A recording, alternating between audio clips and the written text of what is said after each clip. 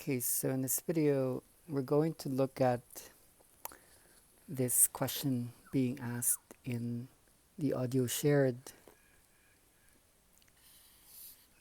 What is it that comes before or after? Is it the thought or is it the movement?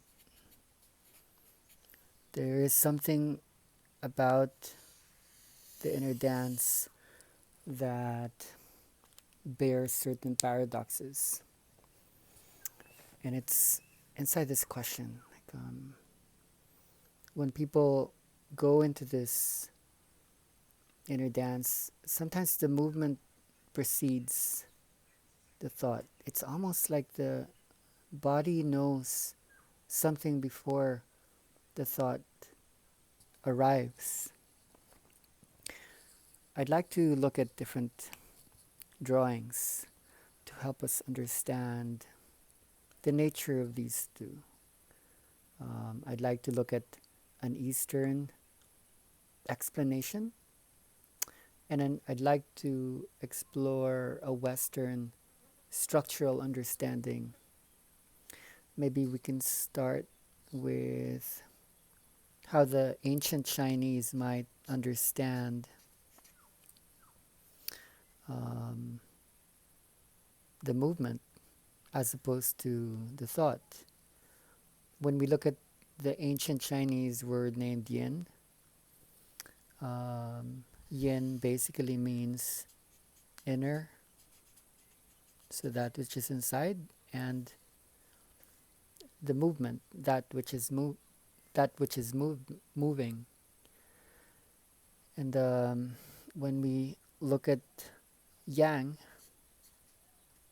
we can surmise then that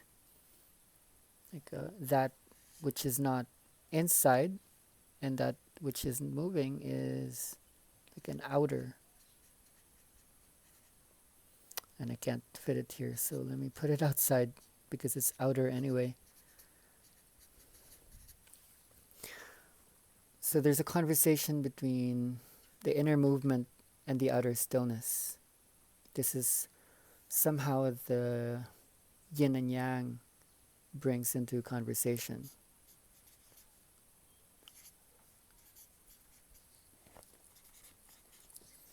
So I feel like maybe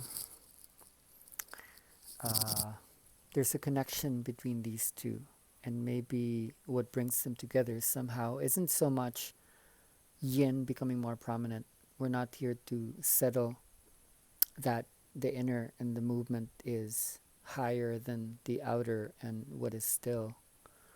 The yin isn't by any means better than the yang. Maybe there's something about this space in between us always that creates difference and similarities in these two. So that's maybe how the East might understand the relationship between these two. How would we understand that from a Western explanation, perhaps? I'd like to once again look at the brain, and we could look at dimensionalities of the brain. Maybe that there might be a two-dimensional, a three-dimensional, or a fourth-dimensional way of understanding the brain.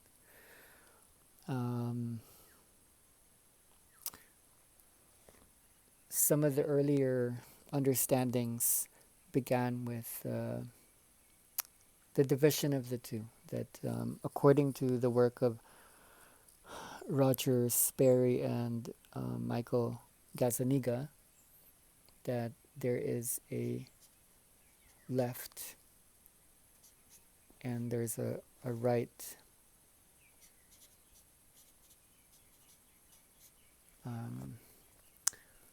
duality. There's a leftness and a rightness within the brain. And in the work of Paul MacLean, we also found out that there could be like three sections of the brain. The higher region might be signified by the neocortex, which is basically like the thinking brain. And on the lower part, I mentioned there's three, but basically in a certain brain model that I'd like to look at, um, of the three, two of them are found in the lower. We could put the second here, but I'm not going to write it down. The second could have been the limbic system, which is the emotional brain. Um, for many reasons, I'll put it down here for now. The limbic system and the basal ganglia would be the third. Now, the basal ganglia is the reptilian brain. It's the primitive brain. It's the original brain that still rested more in the brainstem before we developed the limbic system, which is where we experience emotions, and in the neocortex, where we experience thoughts. Um, so when you put these together, the fact that there are the split brain theory working, whereby we have a sequential brain that follows chronology and order. A right brain would be simultaneity, the simultaneous brain. Is that on screen? Yeah. Um, then we also have the upper and lower region of the brain. So here we have not so much just a two brain model or a three brain model. We actually end up with four quadrants. And the person who gave us this is Ned Herman, a very important, in my perspective, a very important whole systems thinker, who was able to marry the two-ness of the brain, the three-ness of the brain. So here you have four quadrants. I want to add something. So if the neocortex is to do with the thinking brain, which is the upper brain, the lower would be basically the feeling brain. And we can put lower here. We'll redo this after we mess it up. Just for now, we want to look at the way scientists have evolved our more basic understandings to where we might have something a little bit more current that helps to map out what exactly is happening between movement and thought. All right, so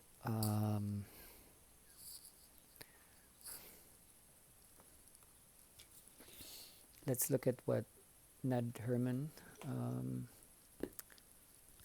brings us when we end up with these four brain quadrants. Now, when you bring the thinking brain and the sequential brain together, this quadrant here would be basically called the logical brain. This is where sequential thought happens. Now, when you bring about sequential thinking and feeling, this quadrant would basically be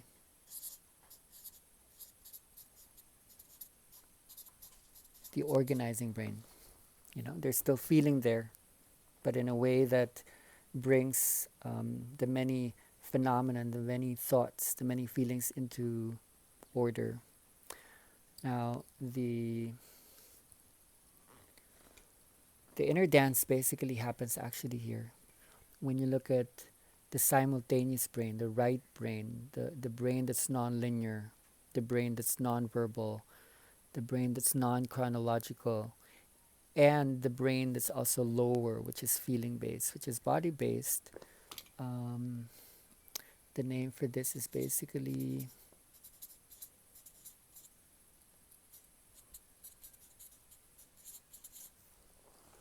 the communicator brain, or communication. This is where emotions happen. This is where music happens. This is where body movements happen. This is where interpersonal intelligence happens. This is the feeling-based brain, and you can see how that might be, because when you go into feeling, things tend to get quite chaotic, even maybe very very free. It's not sequential. It's not in a thinking space. It's very much in a feeling, in a simultaneous space where everything is going on all at the same time. It's where connections happen, and as things get organized and fits into logic systems, um, this actually plays a huge role in um, making sure that we don't end up simply in the mess. This is important though, before we organize and before we are able to arrive at um, order. Like a lot is being negotiated here. So the fourth quadrant would be the visionary brain. So basically, when you marry the non-sequential, simultaneous right brain with the thinking and maybe seeing brain, this is vision, where visions occur. So maybe I'd like to redo this so we could look at it from the more spiritual sense, maybe a much, much more simpler way of conducting the map. So if we were to shift some of the terms, instead of calling this the left brain and the right brain, or the upper thinking and lower feeling brain, how about we call this, how about we put the dance here? And then how about we put the opposite of the dance, which is stillness? And then how about we place down here, instead of feeling, reptilian, interpersonal, body-based, emotional, musical, how about we place here like inner? And then how about up here, as opposed to that, let's place there the outer. So here then we would see that, change colors once again, there is at work like an inner dance,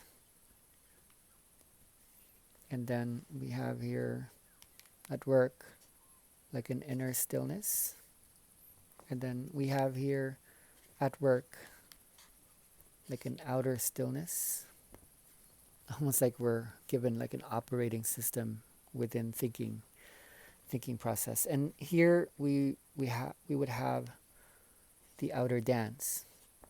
So what we just did now is that we have just de-emphasized the what we normally place bias upon. We think the point is always to go into like the inner dance, but somehow within Ned Herman's 4-quadrant model, the inner dance actually is a movement always towards vision. And when you see the body moving in that mysterious way, somehow we get a sense that it's actually organizing. It's organizing all of these raw ingredients, all these raw elements that start to fly around. And then maybe the inner dance still actually holds the relationality between like logic or thought. So what we're being made to look at here is there's definitely a possible relationality still between movement and thought from this Eastern way of mapping things out, moving into this, there's something about the movement that precedes the thought. And yet, from our normal way of understanding, like a thought determines the movement. So, which causes what? Somehow, when we activate the body precedes the thought. The thought becomes slower than the movement. And when we go into our heads, when we get stuck in our minds, thought starts to control the body. So there's something about the body that needs to be understood here. Um, the question is like, what comes first? I'd like to go a little bit into Western philosophy that could have a hand in guiding theory, which is very, very science-based. A fourth dimensional, a fourth dimensional way of understanding who we are, borrowing from what we see here, could in fact maybe start with the question, what is the origin of the movement or the thought? Now, before we make any preference between thought and movement, maybe let's look at how Western philosophy might have drawn out origins in the most general basis. In Hegelian dialectic, for example, everything begins with a first thought, and he called that a thesis. And when you have a thesis, then what you trigger is the contradiction of this. He calls it the anti-thesis.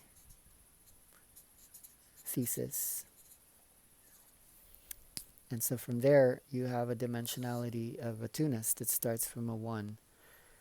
And when you put these together, what you arrive at is a possible synthesis, an integration point. Let's use red just to highlight. So I separated the prefix and the actual word to anticipate that Hegel would eventually point out that once you come up with a synthesis, you actually trigger like another contradiction. The synthesis becomes another thesis that then anticipates like another anti-thesis.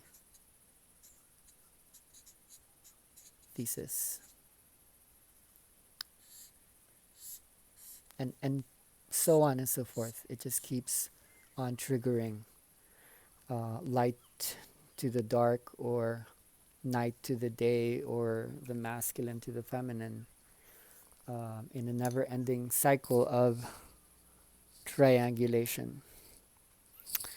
So I think one of the biggest questions that arises in the spiritual and the philosophical is,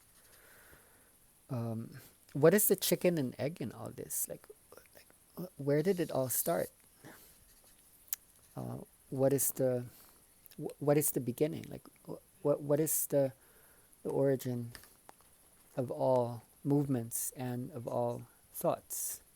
Movement might be seen as the dance from one to the next, going into a higher mode. I would say maybe one way of drawing this out would be to place some kind of spiral there, and one gets a sense that there's this directionality that goes outwards and inwards, borrowing still from Hegelian dialectic and Kantian philosophy. The point in the middle could be precognition, which is to know before something happens. And this could be called post. That we can only know things after the event. Somehow, going back to this, there's this question mark within inner dance related to thought and movement. Like somehow the movement precedes the thought. Somehow we are coming into awareness in time what the body knows outside of time. And somehow our emotional and our reptilian and our feeling brain knows ahead what we eventually see at a later period in time. So it's the dance from post knowing, knowing after the event. You know what they say, I will only believe it after I see it. And science, as a method, works in this way. If you can't prove it, then it's not true. There's something about the spiritual awareness that knows before it happened, from a pre-cognition, like from a pre-knowing somehow. And it's the body movements that's helping us come into an awareness of that. So, going into the actual sharing of Ash in the dialogue, she mentions two words which I feel are quite important. She described this journey into the heart of the universe as it was so phenomenal. And the other word I want to focus on is the answer that she gives in relation to the question, what comes before the thought? The movement comes before the thought, because the movement is nonverbal, the body is non-sequential, it is a higher expression of the truth.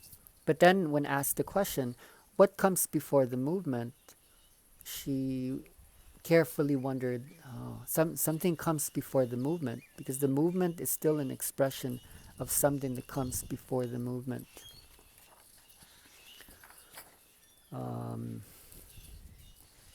And she came up with this word, intention. Now, in Western philosophy, through the thoughts of Edmund Husserl, Franz Montano, of Leibniz, intention, in fact, is so much deeper than how we normally understand intention. When we mention intention, we think, what do I want? What do I need? Intention in Western philosophy is more of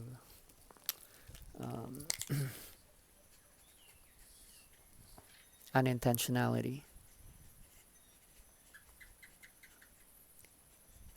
Intentionality in phenomenology, interestingly enough, talks about not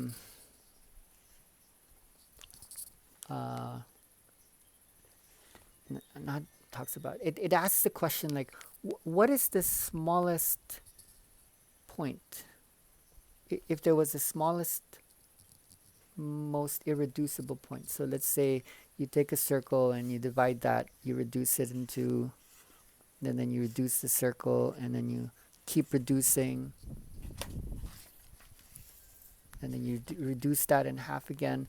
If you kept reducing this into that, and then you cut that in half, and then it becomes this, and you cut that in half, what would be the smallest particle? Is it the atom? Is it the quark? Is it the molecule?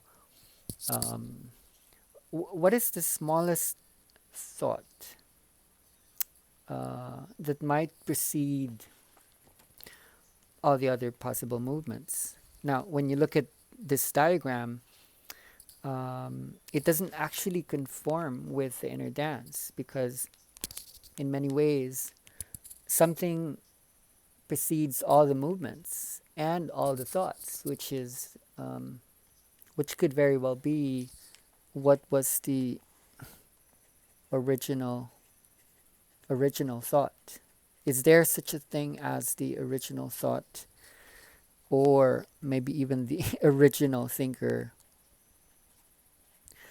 Um, and so the phenomenologists uh, call this the intentionality.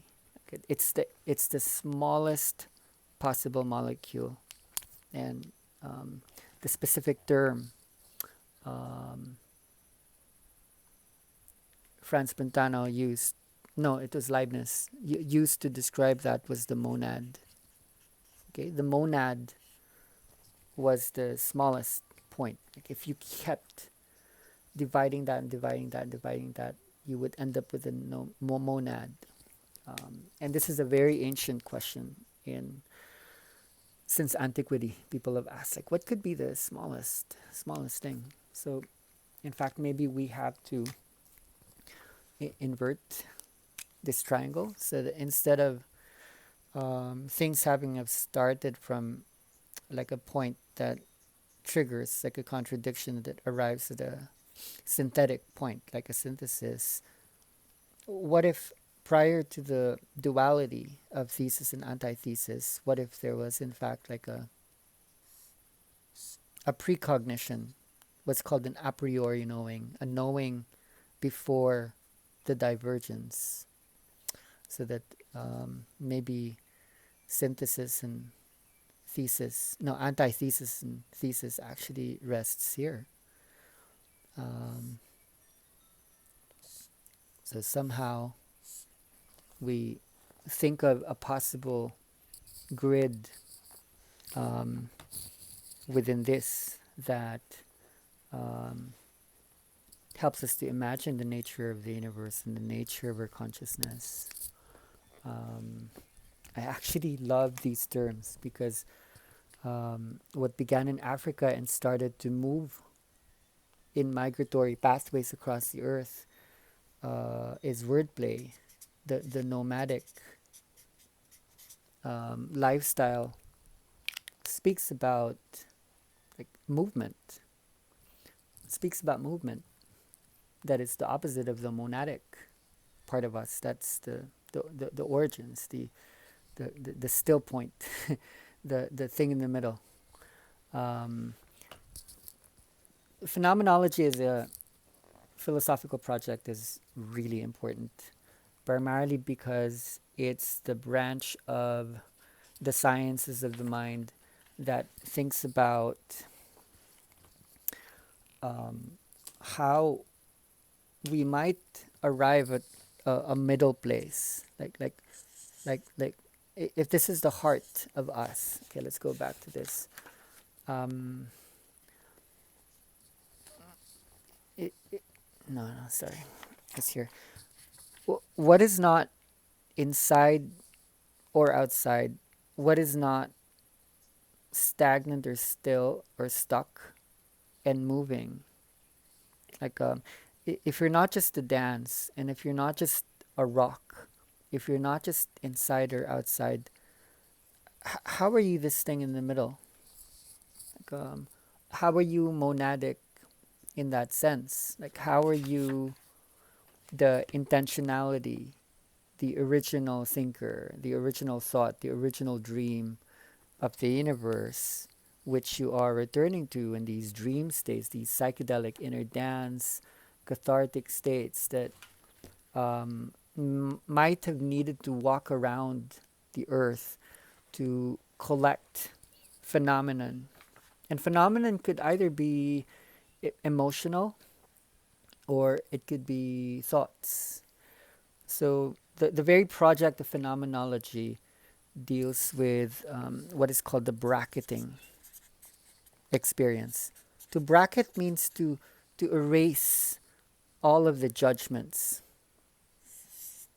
It's to erase all of the movement could very well be emotions, motion of energy. When you bracket out emotions, when you bracket out thought, it is in fact possible to find the point in between, the heart, the core, the very middle, the essence of you. Um,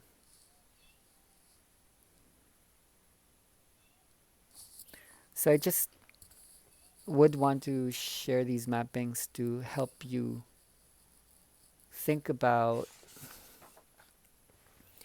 what is neither nor, yet and in both. That is all you, you know, like this is that part, and this is that part, all speaking the same. Mm. There's so many ways of understanding who we are that goes beyond all these directions. Like a whole systems person is starting to come to us, that is not uh, here, not here, not here, not here. Like somehow we're coming home. Like this is who we are, and it helps to understand how we find a starting point in this phenomenon, this phenomenology. Like a person actually describes inner dance as a phenomenology, a type of phenomenology, a way of bracketing out our judgments and our feelings so that we find what lies at the heart of all beings. Thank you for listening.